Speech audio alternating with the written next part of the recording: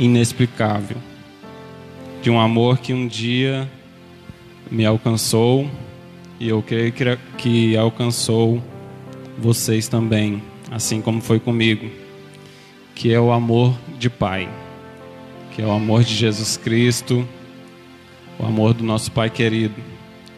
E para falar desse amor, eu gostaria de falar a respeito da parábola do filho pródigo. Essa parábola, ela vai nos dizer exatamente como é que é esse amor. Então, para você me acompanhar aí, pode abrir sua Bíblia ou o seu aplicativo. Você que está em casa também. Lucas, capítulo 15, sem demora. Lucas, capítulo 15, a partir do versículo 11. Alguém sabe me falar o que é pródigo? Pródigo, alguém sabe? A palavra pródigo, originalmente, transmite um sentido de extravagância descuidada. Pródigo é aquele que vai além dos limites. Em nosso idioma, o significado pode ser tanto para esbanjador e gastador, como generoso e abundante ao distribuir. Aí eu já te faço uma pergunta: quais têm sido os seus limites? Quais têm sido os seus limites? Você tem ido além, ultrapassando limites em busca das coisas que o mundo te oferece? Você tem ido além, ultrapassando as barreiras, ultrapassando o limite, mas em busca das coisas que o mundo tem te oferecido? Ou você tem ido além, ultrapassando os seus limites, em busca do reino de Deus? Quando eu falo limite, é limite nas coisas mais simples, como obedecer o pai e a mãe. Talvez o pai e a mãe não te permitiu ir a algum lugar, mas aí você ultrapassa o seu limite e vai assim mesmo e desobedece. Quais têm sido os seus limites? Para a gente entender melhor, e eu não vou ler a parábola toda agora não, a gente vai meditando de versículo em versículo para não demorar muito. Para a gente entender melhor então a primeira parte, o contexto dessa parábola, ela se passa em uma ocasião em que Jesus estava cercado por publicanos e pecadores. E esses publicanos e pecadores estavam ali ouvindo a Jesus. Publicanos eram os cobradores de impostos, judeus a serviço do Império Romano. E os pecadores eram as pessoas moralmente marginalizadas e de má reputação na sociedade. Essas pessoas eram excluídas. Essas pessoas, era recomendado que se evitasse ao máximo o contato com essas pessoas. Mas Jesus contrariava aquela religiosidade. Jesus, ele buscava essas pessoas. A sociedade excluía. A religiosidade da sociedade fazia com que essas pessoas fossem excluídas. Mas Jesus, ele ia além, ele buscava essas pessoas. E esse comportamento da parte de Jesus escandalizava os fariseus e os doutores da lei. E isso era questionado pelos fariseus e os doutores da lei. Eles questionavam a Jesus, por que dele estar buscando essas pessoas? E aí nessa ocasião Jesus respondeu àqueles religiosos, os fariseus e os doutores da lei, contando 3 parábolas. Mas como eu disse, a gente vai focar nesta noite na parábola do filho pródigo.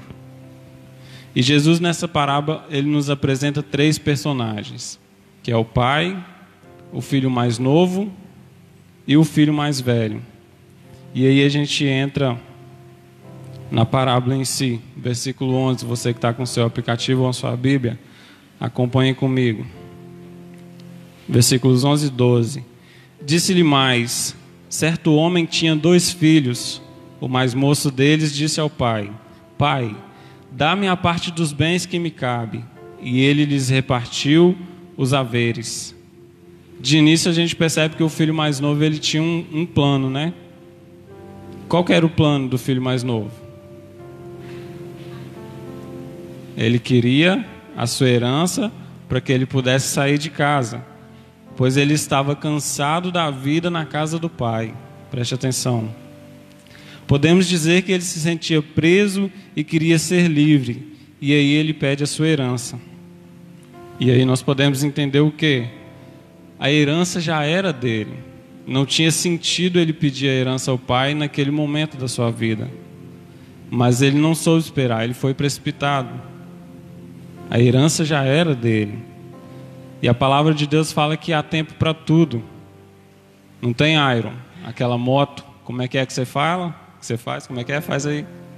Faz aí. Aquela moto que você tanto espera para fazer o... É isso aí. Não se precipite, no tempo certo Deus vai te dar. Aquele jovem, ele se precipitou. Ele quis as coisas antes da hora, ele quis a sua herança antes da hora.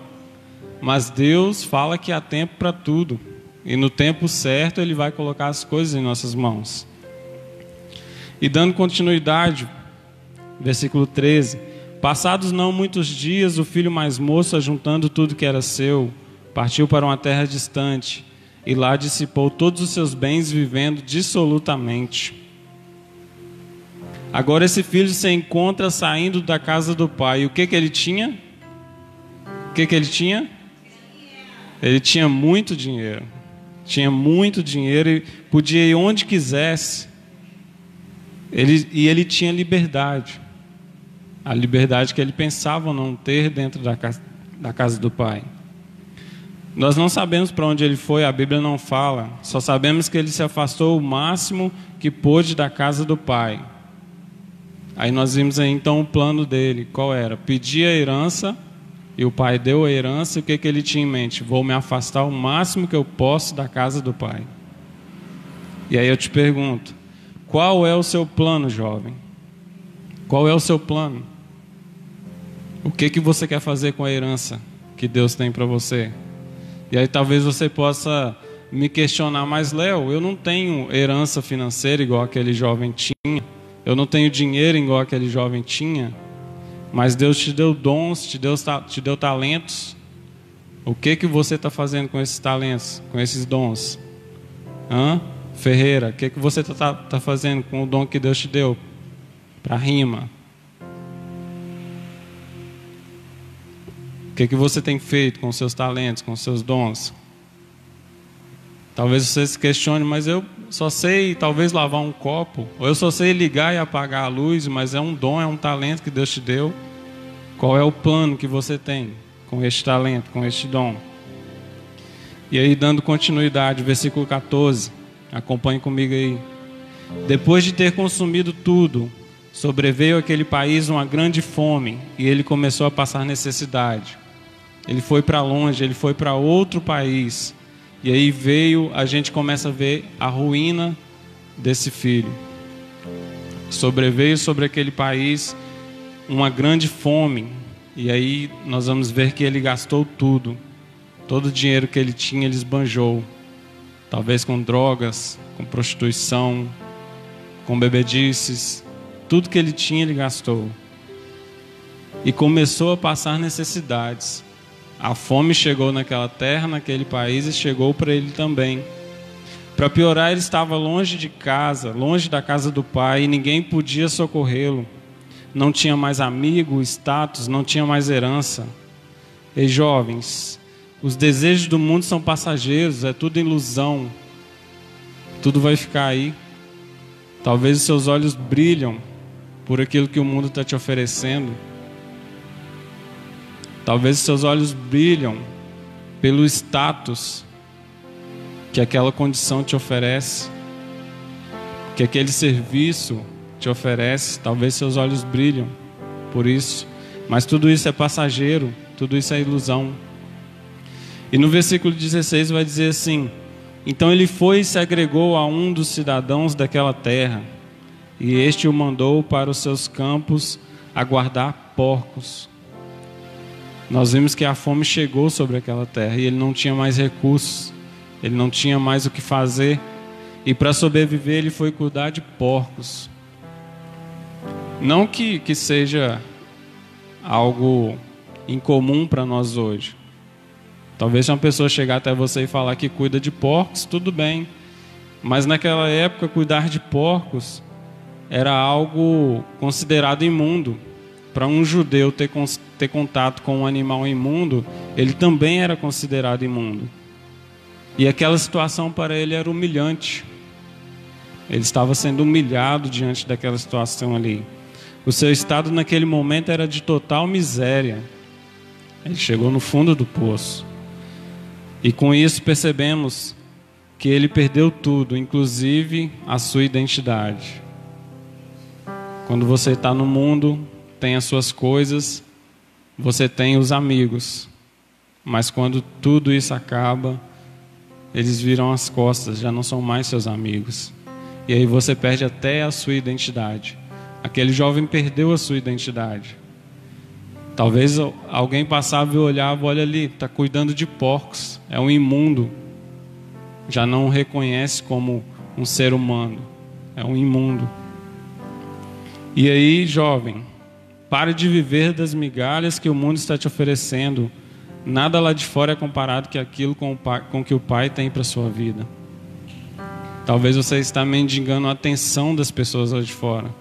Talvez você está mendigando o amor das pessoas lá de fora. Mas nada se compara com aquilo que o Pai tem para a minha e para a sua vida. Só que daqui em diante, do versículo 17 em diante, a gente vai começar a ver o amor que eu falei no início. O amor de um Pai que é incomparável. O amor de um Pai que é extraordinário. E o versículo 17 diz assim: então, caindo em si, disse: quantos trabalhadores de meu pai têm pão com fartura, e eu aqui morro de fome. Ele caiu em si, ele recobrou o seu senso, ou podemos dizer que ele voltou a si, ele arrependeu-se. Naquele momento ele estava se arrependendo, ele recobrou a sua consciência, ele recobra a sua consciência, e ele se arrepende daquilo que ele fez. E aí ele sente saudade de casa. Talvez ele pense: poxa vida, os empregados de meu pai têm o que comer e eu estou aqui neste lugar passando fome, passando frio, passando sede. Houve uma transformação. Lembra metanoia, que nós já falamos aqui? Metanoia, mudança de mente. Quando ele recobrou a sua consciência, houve uma metanoia, ele sofreu uma metanoia. Houve uma transformação na vida daquele jovem. E os versículos 18 e 19 diz assim: levantar-me-ei e irei ter com meu pai, e lhe direi: Pai, pequei contra o céu e diante de ti, já não sou digno de ser chamado teu filho, trata-me como um dos seus trabalhadores.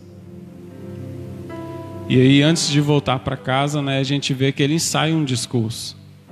Ele diz: Pai, pequei contra o céu e diante de ti, já não sou digno de ser chamado teu filho, trata-me como um dos teus trabalhadores. Naquele momento ali de arrependimento, naquele momento de transformação que ele está passando ali, ele ensaia um discurso para quando chegar diante do Pai, ele falar para o Pai. Só que aí, como a gente viu, ele já tinha perdido a sua identidade. Ele vai querer dizer para o pai para o tratá-lo como um de seus trabalhadores e não como filho. Ele já não se identificava mais como filho.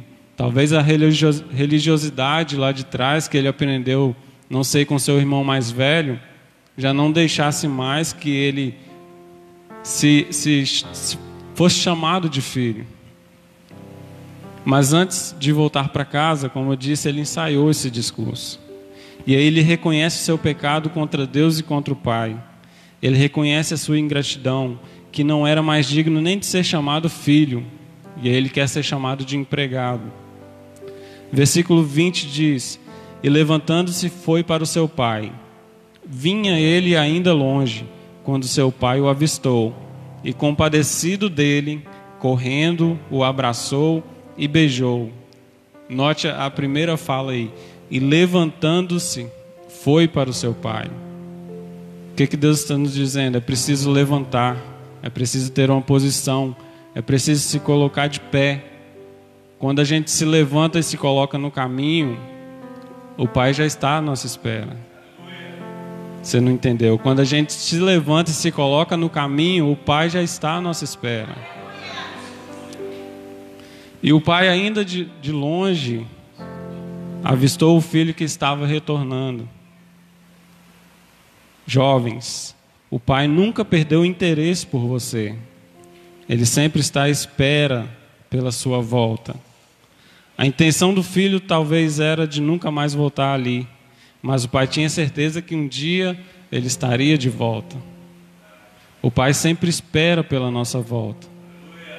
Não sei o que vocês têm passado, mas talvez a intenção de vocês era nunca vir à casa do pai.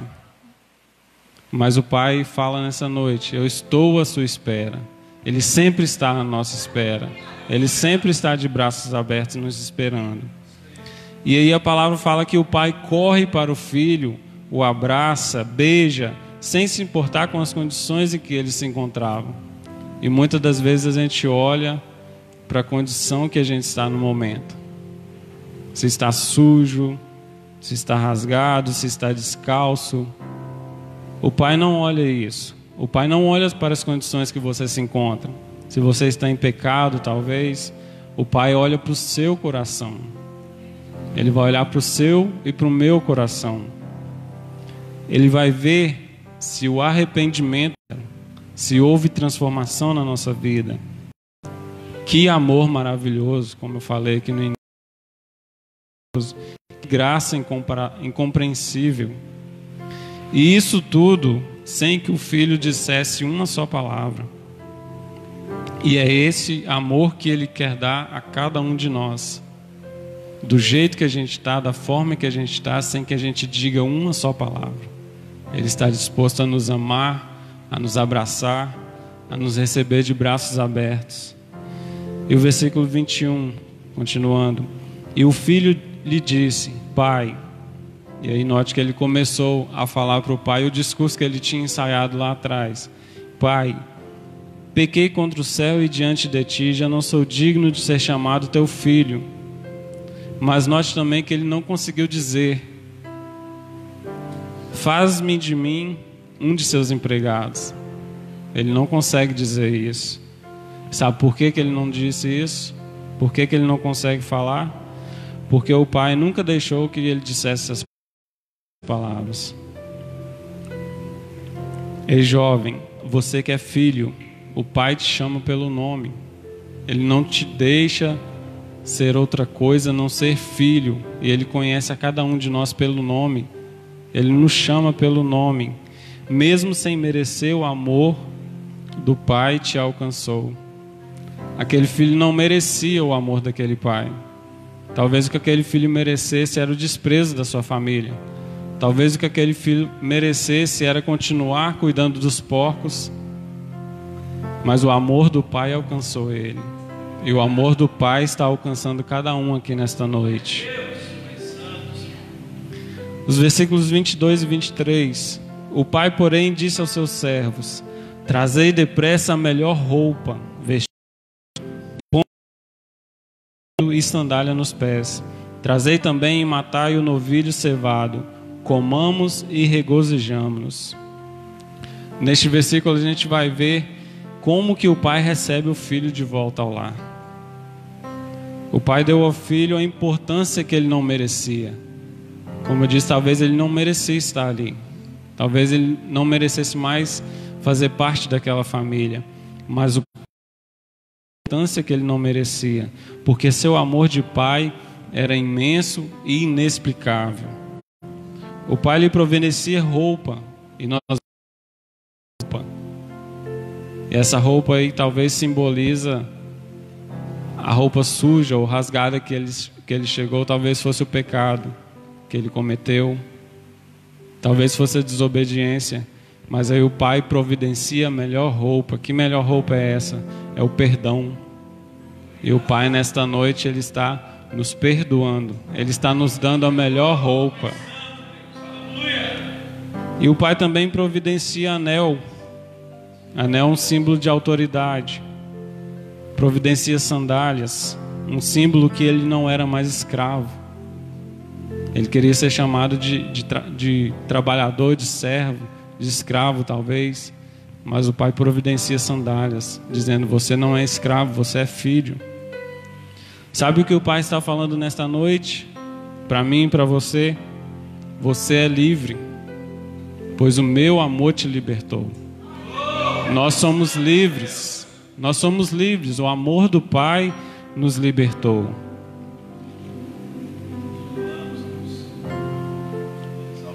E aí também o pai manda preparar o bezerro cevado. Sabe quando que um bezerro cevado era usado naquela época? O bezerro cevado só era usado naquela época em ocasiões muito especiais. E naquele momento, para aquele pai, aquela ocasião era mais que especial. Porém, para o pai não havia ocasião mais especial do que aquela. Aquela era a ocasião mais que especial. Sabe o que podemos entender com isso? Que o controle sempre está nas mãos do pai. O controle nunca saiu das mãos do pai. E por mais que a gente saia da sua presença, como aconteceu com este filho, por mais que ele pegou tudo que tinha e foi para lá do pai, o controle sempre esteve nas mãos do pai. E ele sempre vai ter provisão para o dia do nosso retorno. Enquanto o filho estava esbanjando o novilho, a roupa, o anel e as sandálias preparados para o retorno. Talvez enquanto nós estamos dando uma voltinha lá fora, a palavra de Deus fala que o pai está provisionando para quando a gente voltar. Está nos provisionando a roupa nova, a sandália nova, o anel novo. Enquanto nós estamos lá fora, pensando que estamos livres, o pai está fazendo provisão dentro da casa. E o versículo 24 vai dizer: morto e reviveu, estava perdido e foi achado, e começaram a regozijar-se. E aí nós vemos que este versículo tem um significado muito importante. E a gente percebe que a festa também não era para o filho. A festa não era para o filho que estava voltando. A festa era para o pai. Porque quando um filho volta, a festa na casa do pai. E a festa é para todos que estão na casa. E aí note os contrastes: morto, vivo, perdido, achado.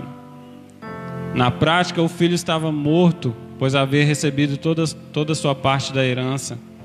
Na prática, ele não fazia mais parte da família. E ele também estava perdido, pois havia sido destruído pelas loucuras e desperdiçado tudo o que poderia lhe sustentar durante toda a vida. Na prática, ele estava morto. Ele estava perdido. Porém, há algo mais profundo. A palavra morte reflete o grau mais avançado de miséria e de decomposição. Quando se está morto, não tomamos nenhuma ação. Quando estamos mortos, nós não decidimos nada, não temos razão sobre nós mesmos. E aquele filho estava morto e perdido. Ou seja, ele estava no mais profundo estado de miséria. Ele não tinha como decidir nada. Ele não tinha como tomar nenhuma decisão. Porém, há uma boa notícia, uma notícia que explica a reação do pai. E aí nós vamos entender, quando a gente lê lá no livro de Efésios 2, capítulo, que diz assim: ele vos vivificou, estando vós mortos nos vossos delitos e pecados. E no próprio livro do Evangelho de Lucas, capítulo 19, Jesus declara: porque o Filho do Homem veio buscar e salvar o que se havia perdido. Então tem uma explicação para a festa que o pai deu, para toda aquela felicidade que o filho foi vivificado. e achado pelo amor do Pai. Creio que tem filhos que estão retornando à casa nesta noite, que estão sendo vivos e foram achados pelo amor misericordioso do nosso Pai. E aí a parábola vai terminar falando do filho mais velho, que ficou indignado. Ele está no campo e a palavra fala que ele volta para casa e escuta o barulho da festa, escuta a zoeira. E quando um filho volta para casa, o pai faz festa mesmo. A palavra de Deus fala que há festa no céu quando um arrependido se converte. E sabe o que acontece? Quando essa festa ela está acontecendo, quando há barulho, esse barulho incomoda quem está do lado de fora. E aí esse filho chega, ele retorna e vê aquela festa acontecendo e pergunta o que está acontecendo. E um dos trabalhadores fala para ele que o seu irmão retornou para casa e o pai tinha matado o novilho cevado e estava dando uma festa. E ele fica indignado com aquilo e não quer entrar para dentro da casa. E aí esse filho se coloca como um dos seus empregados, dos trabalhadores de seu pai. Ele questiona para o pai: pai, mas eu fiz tudo, eu obedeci, eu fiz tudo que o senhor me pediu. O senhor nunca me deu um cabrito para que eu pudesse me alegrar com os meus amigos. Eu fui obediente. E aí você dá a esse teu filho, ele nem reconhece mais o irmão. Você dá a esse teu filho um novilho cevado, faz festa para ele. Sempre fez tudo o que pedia, obedecia à risca, mas sem entender o propósito em sua vida. O filho estava dentro de casa, aí entra a parte do outro filho. Ele estava dentro de casa, só que ele estava perdido. Ele não entendia o propósito que o pai tinha na vida dele. Coloque sobre os seus pés.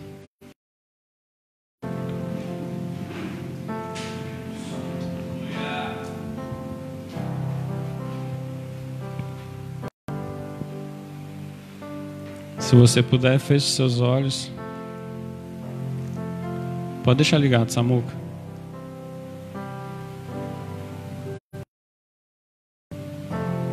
Então nós temos dois cenários. Dois filhos que se perderam. Ou melhor, um filho que se perdeu, mas resolveu voltar para a casa do pai. E um filho que estava perdido dentro da casa do pai.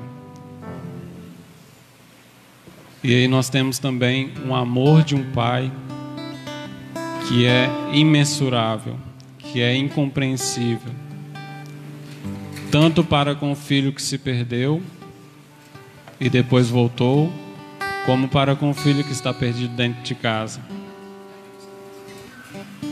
Sabe o que nós podemos aprender com essa parábola? O pai busca,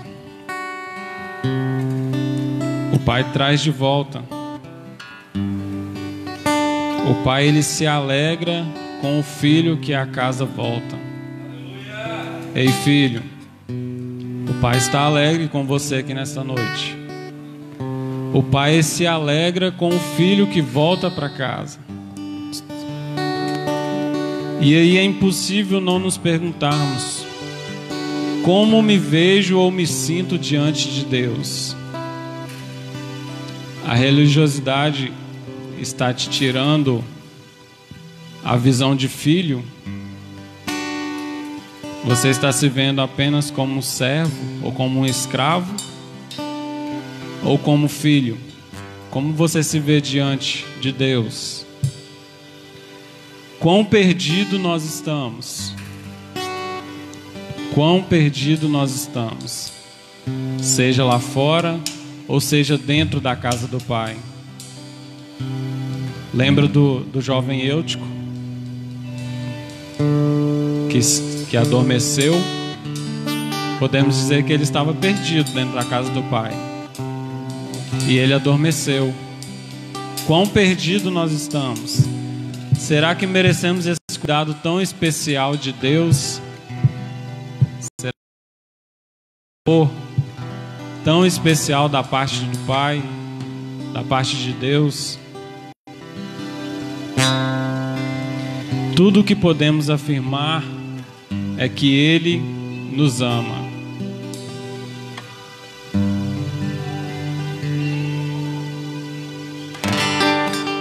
Feche seus olhos. Tudo o que a gente pode afirmar é que o Pai nos ama. Me ama, Ele me ama, Ele me ama, Ele me ama, me ama, Ele me ama, Ele me ama, Ele me ama. Tem ciúmes de mim. O Pai tem ciúmes de O você. teu amor é como um furacão, que eu me rendo ao vento de tua misericórdia. Então de repente não vejo mais minhas aflições e percebo quão maravilhoso é e o quanto que Ele me quer. Oh, Ele me amou. Declare isso nessa noite. Oh, Ele me ama, Ele me amou. Diga. Ama, Ele ama, Ele me ama, Ele me ama, Ele me ama, Ele me ama, Ele me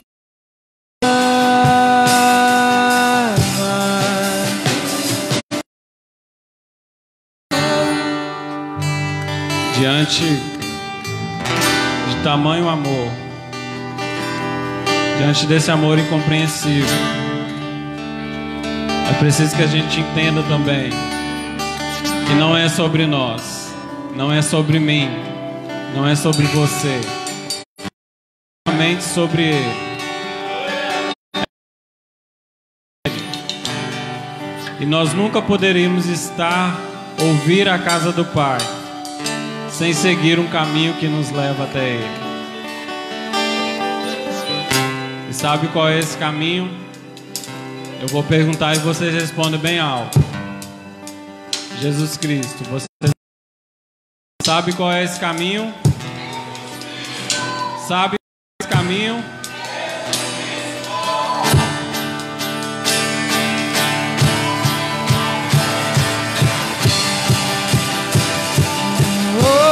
Oh, me ama, Ele me ama, Ele me ama, Ele me ama.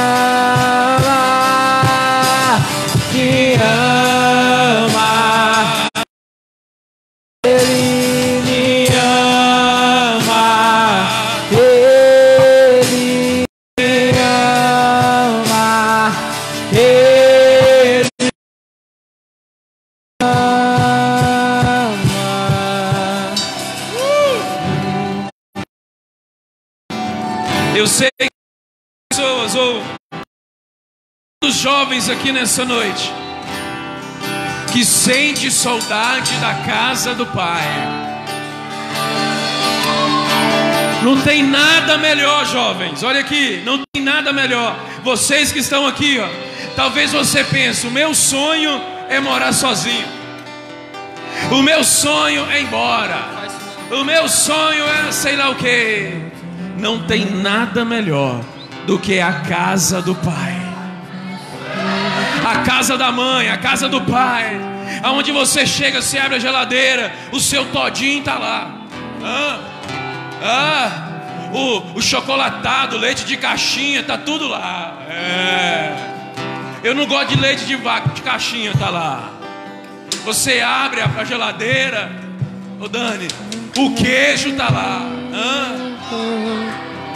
Aí você vai procurar roupa, talvez não vai estar no cabide, mas já tá lavadinha, lá no varal do Pai. Ah, não, mas lá em casa eu acho que não é eu que lavo, não.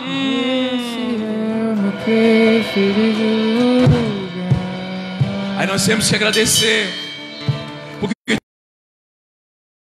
você não está lá, ó. Não, só coloca, aperta botão, depois.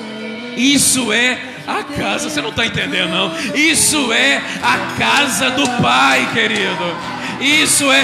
Tem queijinho Minas te esperando. Tem leite caixinha, tem todinho, tem chito, tem tudo, meu querido. Isso é a casa do Pai.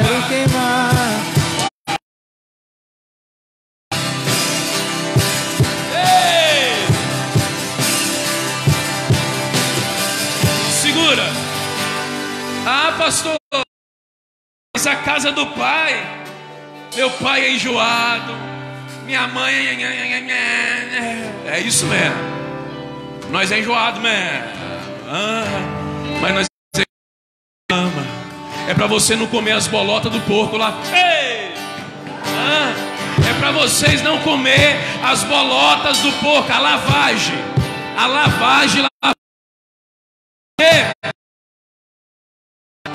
Aí nós falamos: olha, não faz isso, passa aqui, não passa aqui. Aí vocês não gostam, vai pegando aí, é para vocês, é de graça, pega aí. Aí nós falamos assim: olha, não passa aqui, vocês querem passar.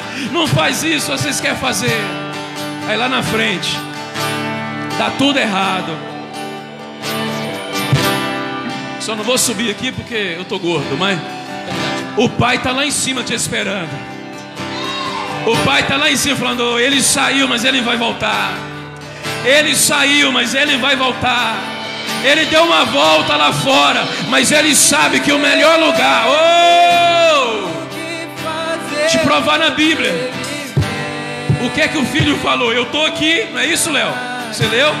O filho falou o quê? Eu estou aqui querendo comer lavagem.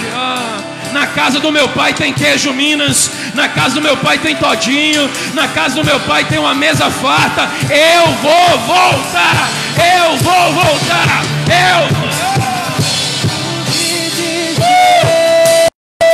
O que fazer quando ele é aqui? Mas ser bem-vindo, nós te desejamos outra vez aqui. Faz de novo, faz de novo. O teu povo ama-te.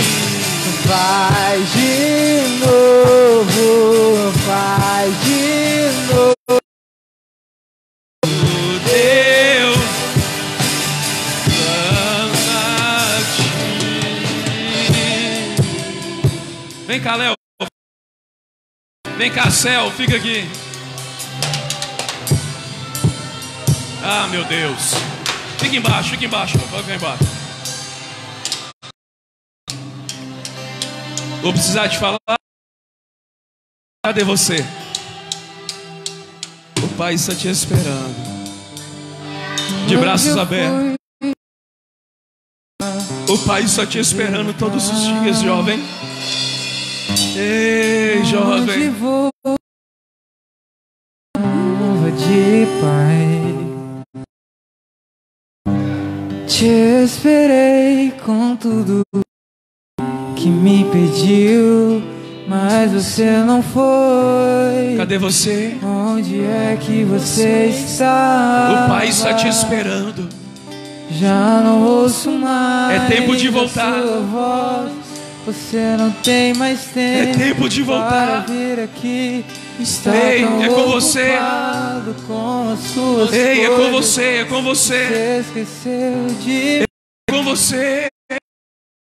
Se precisar de um ombro pra chorar, ainda vou estar naquele lugar onde você buscava, eu ia te encontrar, meu filho, no santo lugar. Eu quero te encontrar, sarar tuas feridas e te perdoar. Lá naquela cruz, morri em teu lugar. Nada irá me impedir de te amar.